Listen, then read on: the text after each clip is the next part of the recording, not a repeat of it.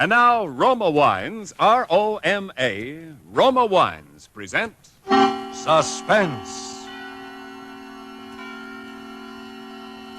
Tonight, Roma Wines bring you Robert Taylor in The House in Cypress Canyon, a suspense play produced, edited, and directed for Roma Wines by William Spear. Suspense, radio's outstanding theater of thrills, is presented for your enjoyment by Roma Wines. That's R-O-M-A, Roma Wines. Those better-tasting California wines enjoyed by more Americans than any other wine. For friendly entertaining, for delightful dining. Yes, right now, a glassful would be very pleasant, as Roma Wines bring you Robert Taylor, star of Metro-Goldwyn-Mayer's Undercurrent, in a remarkable tale of Suspense.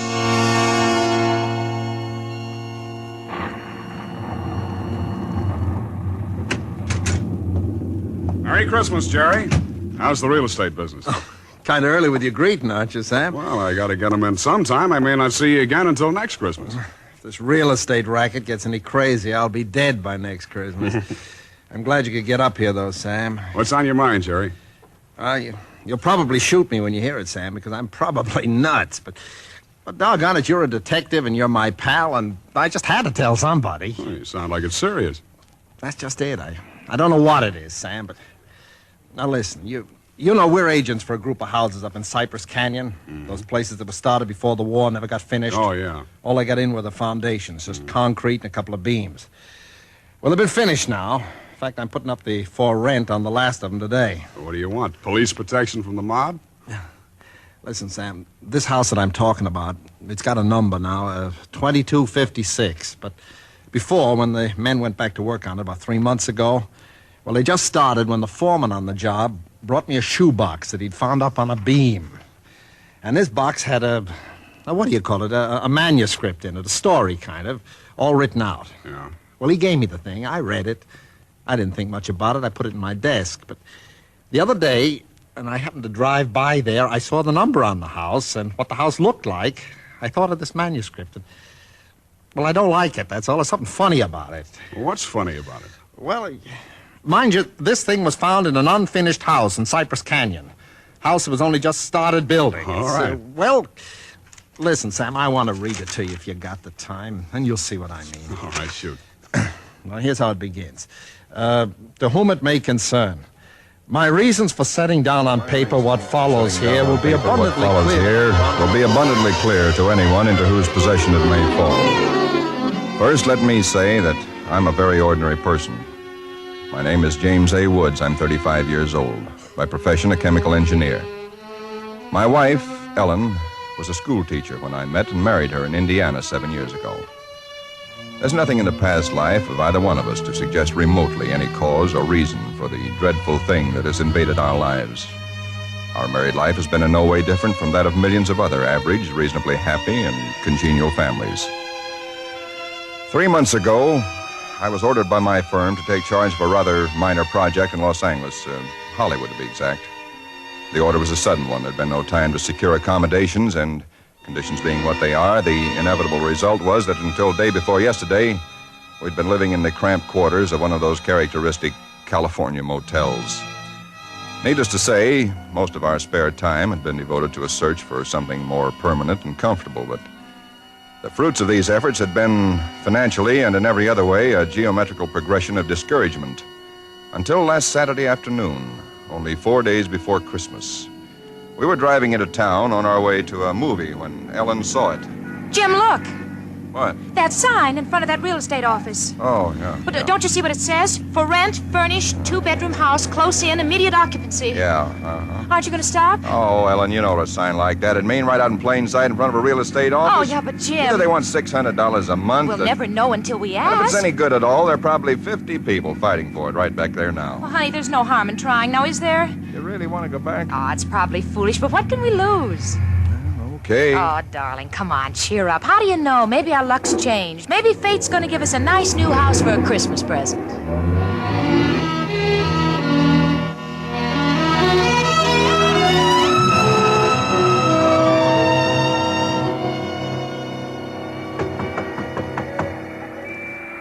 Come in.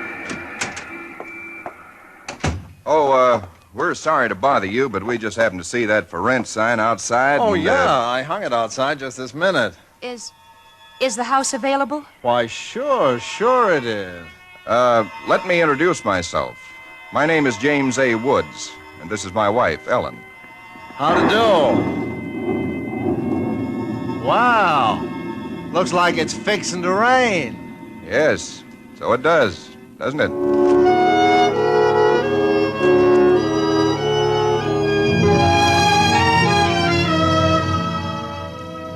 Well, it was one of those things. The real estate agent had just been authorized to rent the place by mail that morning, and he'd hardly had time to look at it himself and put up his sign when we drove up. It was just an ordinary little California house about halfway up Cypress Canyon, number 2256. Just an ordinary, undistinguished little house. The agent didn't know much about it. Construction on it had been stopped by the war, and it had just been completed and furnished lately. Been vacant while somebody's estate was being settled, and now it was owned by a bank in Sacramento. Of course, we didn't Got care this about key all in the that. mail along with the authorization to rent.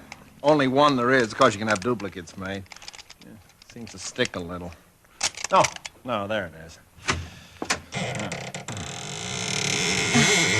Doesn't sound as though that door had ever been opened. Well, a little oil on the hinges will fix that all Oh, right. sure. Now, here's your living room.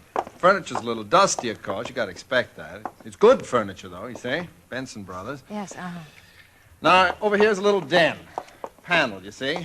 Radio, fireplace. Really a very attractive little room, particularly for a man. Yep. Now, the bedroom's off the living room here. Everything's all on one floor, you understand? It's quite nice, I think. Yes. You can see you get the morning sun here. There's a view of the canyon through these front windows. You got cross ventilation. That's about all there was to it. It wasn't the best place in the world. It was small and badly built, but what would you have done? We took it with as little inspection as that. It was the Saturday before Christmas. And the very same evening, we were struggling up the steps from the road with suitcases and boxes and armloads of clothes and all the endless bric-a-brac that people collect and never know they have until they move. Ellen began unpacking, and I began moving things around and taking the worst of the pictures off the wall, doing all the little things that everybody does when they move into a new place and try to give it something of their own Don't be personality. such a sour puss. You know, it's a roof over our heads for Christmas. That's more than we ever thought we'd get, isn't it? Now, what in the world are we going to do with those two pictures? Why don't we just leave them where they are? Jim, we can't. They're too awful. Well, all right, put them in the closet then. I can't. Both the closets are jammed full. No, I mean the other one in the little alcove off the den. At least there's a door there. I suppose it's a closet. I don't know. That isn't a commentary on the housing problem, huh? A woman moving into a house without even knowing where all the closets are. Take the pictures down, will you, honey? Bring them in here. Okay. All right. Guess you'll have to help me with this door. I can't get it open. Let me see it. Well, of course you can't, silly. It's locked. Where are those keys we found in the desk? Here they are. No, not this one. Sure, this one won't work. No. Feels like an awful solid door for a closet. Oh, and that's one solid door in the house. No, this one won't do it either. Well, we'll just have to get a locksmith up here on Monday. I'll put the pictures behind the desk, okay? Yeah, all right. Jim, if you could just help me move this armchair, huh? Oh, Ellen, will you let it go until tomorrow? You know what time it is? Oh, but, honey, I'd like to get the place looking just a Yeah, little but it's bit... almost midnight. In fact, it's exactly... What was that? Tomcat, I guess, out in the brush somewhere. Sounded near. Oh, hope that doesn't go on all night. Well, there's much we can do about it. Come on, Ellen, I'm dead tired. All right, Jim, all right. Where'd you put the toothpaste, honey? It's right in the medicine cabinet. Oh, yeah.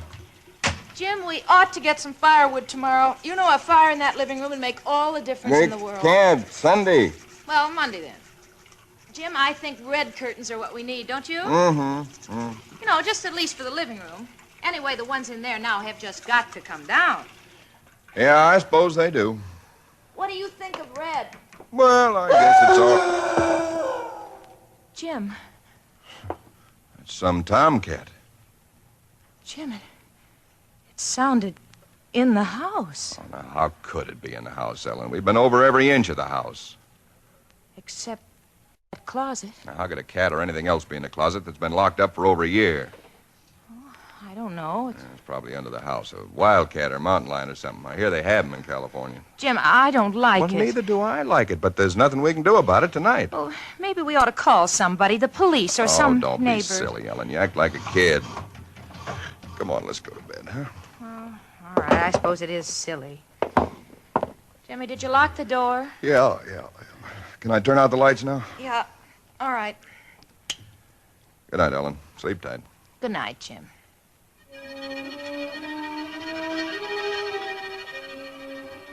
I don't know what time it was, perhaps an hour, perhaps only a half hour later. My mind was in that hazy borderland between sleep and a dream that's still part of consciousness. Then I was awake. Ellen, are you all right? Yes. Did you have a nightmare or something? No. I heard it, too. Well, that didn't sound like any cat. Put on the light. Yeah. It seemed to be out there, Jim, in the house somewhere. I'm going to look into this. Jim, you be careful. Come on. Where's my shotgun? In the den, I think. Jim, What? there's something wet What? Wet? running from under the closet door. Sticky. Ellen, don't touch it. I had to. Jim, it's blood.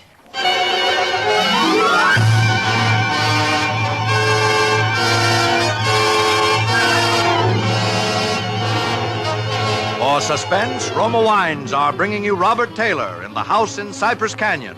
Roma Wines' presentation tonight in radio's outstanding theater of thrills, Suspense.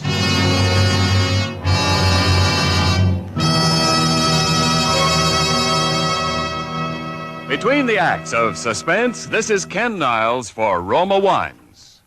These days before Christmas are busy ones indeed, yet smart hostesses everywhere find time for shopping and distinguished home entertaining later. The secret? Magnificent Grand Estate wines. Presented by Roma, America's greatest vintner, Grand Estate wines add distinction to your hospitality on a moment's notice. Make your holiday welcome, effortless, and in perfect taste. The brilliant clarity, full fragrance, and mellow taste of Grand Estate wines please discriminating people everywhere. For Grand Estate wines, limited bottlings by Roma, are born of choicest grapes, then patiently guided to superb taste richness by Roma vintner skill, necessary time, and America's finest winemaking resources. Delight your guests with Grand Estate California wines for entertaining, medium sherry, ruby port, or golden muscatel. For dining, Burgundy or Sauterne. So insist on Grand Estate wines and enjoy the crowning achievement of vintner skill.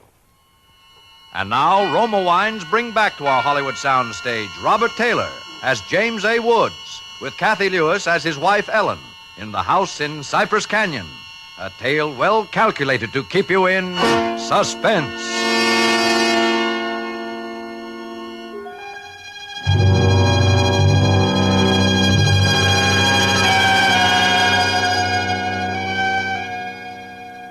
It cannot be too difficult to understand from the foregoing why I've taken the pains to set down in writing the events related here. To find in one's newly rented house a closet which cannot be opened is in itself certainly no great cause for alarm. But to be awakened in the stillness of the night by unearthly cries within that house, to find oozing from under that closet door something that is unquestionably blood, that's another matter. Perhaps others might have been braver than we. Suffice it only to say that we got out of the house in something very close to a panic, and only returned when we had the moral support of two stalwart Los Angeles policemen. You just moved in here, you say? That's right, officer. You can see we're still unpacking. And the place has been empty right along before that? Yeah, I don't know much about that part of it. You could check all that with the real estate agent, though. Well, where is this closet? Oh, it's right in here, officer. And the blood is... Where? Where's the blood? Jim? Officer, I swear to you, there was blood on the floor less than an hour ago. I saw it. Uh-huh. It was running out from under that door. We heard that noise, and we got up, and then we saw it. The door was locked. Locked, huh? Oh, no, Well, it seems to be all right now. Hey, you folks aren't trying to be funny, are you? isn't there anything in it? No, ma'am, there is not. Look, officer, we're reputable people. You can call my firm. They'll tell you all about me. There's nothing wrong with this closet. Walls are solid. No trapdoors. If you think I'm lying... I didn't say that, mister. Oh, you probably did hear some sort of a noise, and you got a little panicky, and, What about the blood? It got on my hand. It isn't there now, is it? Yes, Where? I feel it. Now, you folks just take it easy. You know, you're liable to hear all kinds of noises up in these canyons at night. You're from the east, you say? Yeah. I'm sorry, officer. Ah, that's all right. That's all right. If you have any real trouble, call on us anytime. All right. Well, good night. Good night. Good night. Hey, you ought to have this door fixed. That's enough to scare you. Yeah, we're going to have it fixed.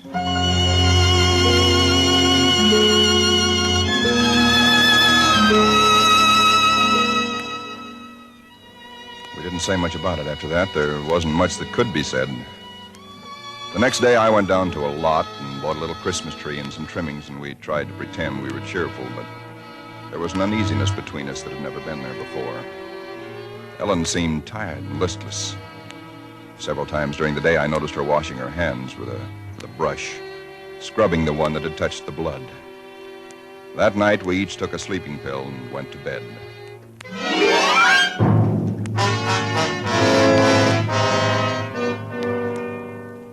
It was sometime after midnight when I was suddenly wide awake and staring into the darkness.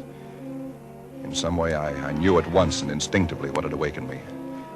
Ellen was not in her bed nor in the room. The nameless thing I feared gripped at my heart until I could scarcely breathe.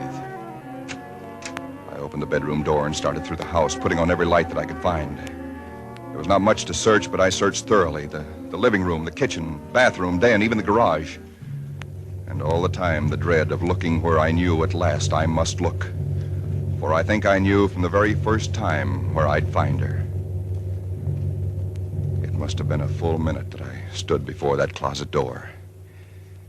Then, I opened it.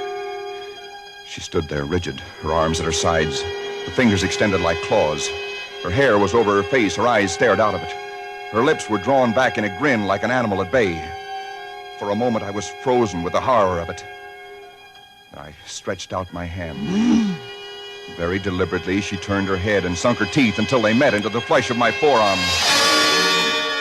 I'd raised my hand to strike at her, but already she'd relaxed her hold and gone utterly limp. She would have fallen unless I'd caught her. I carried her into the bedroom and laid her on the bed. Strangely, at that moment, my only thought was how I might revive her. Until I saw that it was not a faint, but a sleep that she'd fallen into. Sleep as deep and heavy as though she'd been drugged. And so I left her. But for me, that night, there was no sleep.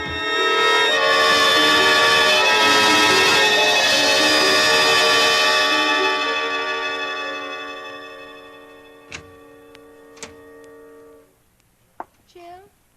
Yes, Ellen? What are you doing up so early? Oh, I got a little restless. I'd make some coffee. Oh. Oh. I had the most wonderful sleep. And I feel so rested. Do you? Mm-hmm. Jim. What? What's the matter with your arm? Oh, I just heard it. Well, honey, it's terribly swollen. Let me see it. No, it's all right, Ellen. Oh, it isn't all right. You've got to see Dr. Wesley right away. Sure, I will. No, I now, will. you promised me, Jim, that you'll go the first thing this morning. How'd it happen? Why, there was a dog. A dog? Yeah, I heard him trying to chew through the screen door. I went out to chase him away, and he bit me. Well, you mean there's all that racket and I didn't even wake up? No, Ellen, you didn't even wake up.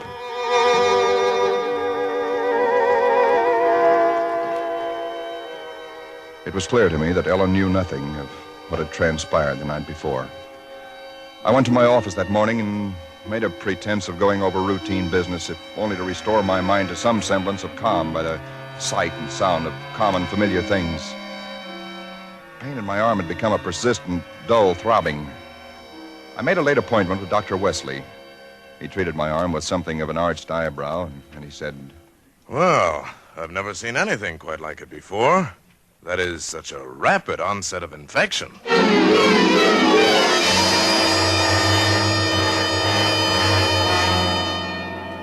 It was dark when I left his office. I hadn't realized it was so late.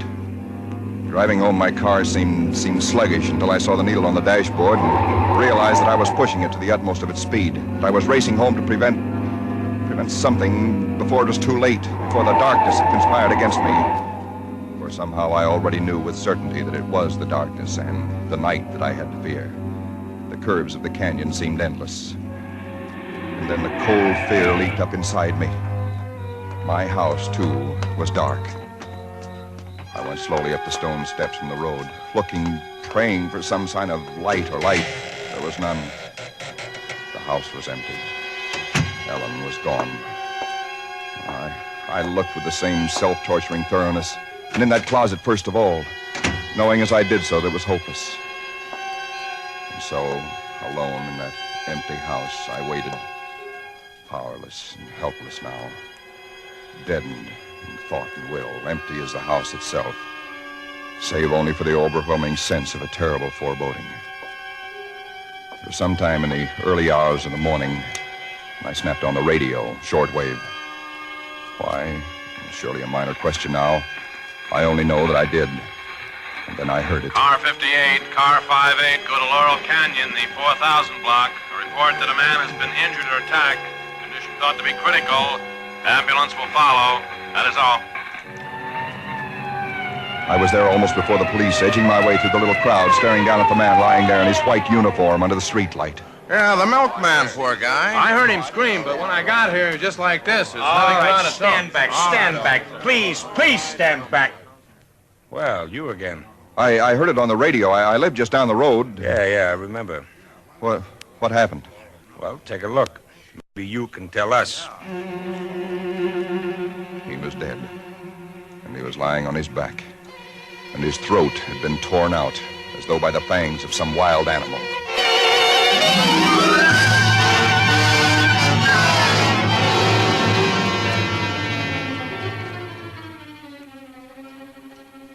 It is now Christmas Eve, or rather Christmas morning, for it's a little after midnight. I've been waiting here in the stillness of this empty house for nearly 24 hours, waiting for the end. Already once tonight I've heard that dreadful wailing cry somewhere in the hills. I've nailed up the closet door, but that I know is childish, useless. My arm is horribly swollen and turning black, but that's nothing. It's another end that I foresee, as surely as other men foresee the rising of the sun. I hear the cry again. It's nearer now. I shall leave these notes in a sealed envelope and put it in a shoebox, in the hope that someone will give credence to these dark and terrible events, if indeed such nameless horrors can ever yield to mortal understanding. As for myself, I feel no longer any fear or even sorrow, only a desire that the end and the thing that I must do may come soon. And it will be soon, I know. Yes, for there is someone at the door.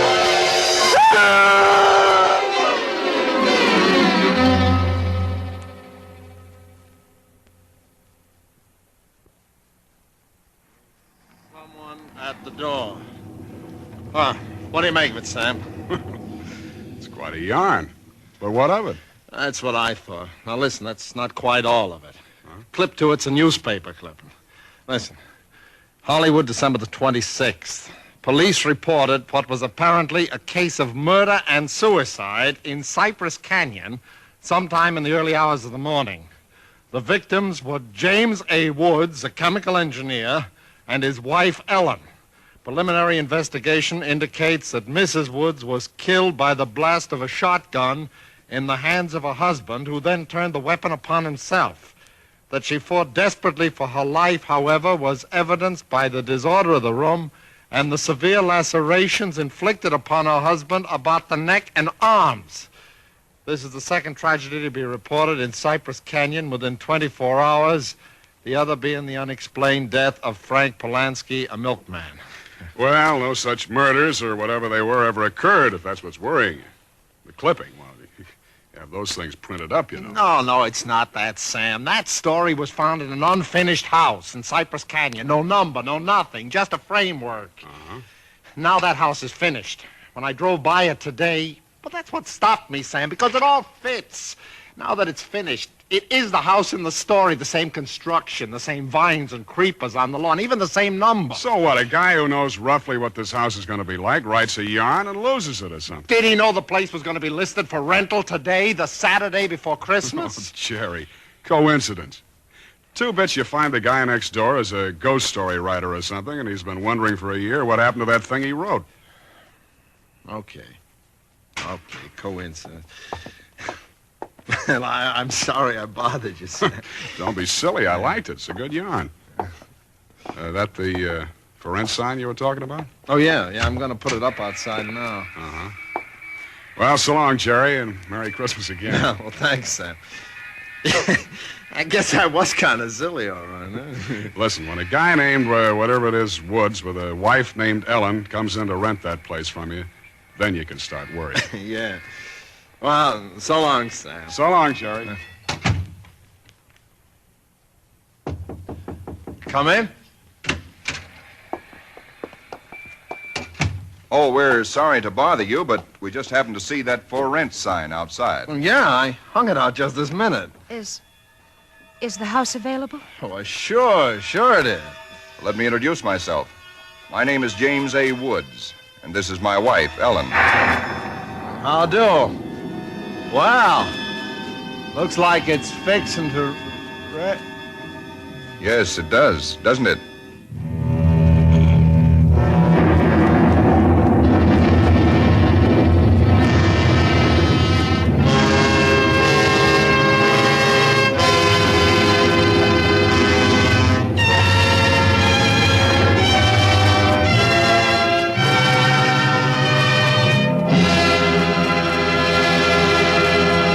Suspense.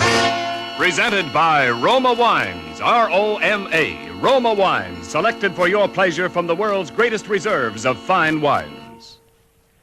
Tonight's show marks the third birthday of Suspense on the air, and this is Ken Niles asking our star of the evening, Robert Taylor, to help us celebrate. Why didn't you tell me before, Ken? If I'd only known, I'd have baked a cake. Well, Bob, all Suspense parties are surprise parties. As an old hand on Suspense, you know that in our plays, the tables are usually turned on the star. So tonight, although it's our birthday, we're going to give you a present. Here it is, a gift basket of Grand Estate California wines from Roma, America's greatest vintner, to our distinguished anniversary guest, Robert Taylor. Thanks, Ken. You turn a nice table. And you can set a nice table with Grand Estate Burgundy in your basket, Bob. For Grand Estate Burgundy means rare dining pleasure, adds memorable distinction to holiday dinner. Even everyday meals are outstanding in taste when Grand Estate Burgundy is served. Yes, all Grand Estate wines presented by Roma are limited bottlings of outstanding taste excellence. That I know about Grand Estate wines, Ken. But did you know that for Grand Estate wines, Roma selects only the choicest grapes? Then the ancient skill of Roma master vintners, necessary time, and America's finest winemaking resources guide the cuvée of this grape treasure to rich taste luxury. That's why discriminating wine users everywhere look to Grand Estate wines as the crowning achievement of vintner skill. Reason enough. And now, Ken, who's all set to star on Suspense next Thursday? It's that very wonderful actress and wonderful girl, Miss Susan Peters. Susan will appear as a young lady in straitened circumstances who finds herself mistaken for a very rich young lady and who is forced into continuing the deception with murder as a result. I'll certainly make it a point to listen. And before I go, I'd like to thank this really great company of actors who have played with me tonight, and particularly Kathy Lewis, who played Ellen. Thank you, Bob. Tonight's original Suspense play was written by Robert L. Richards.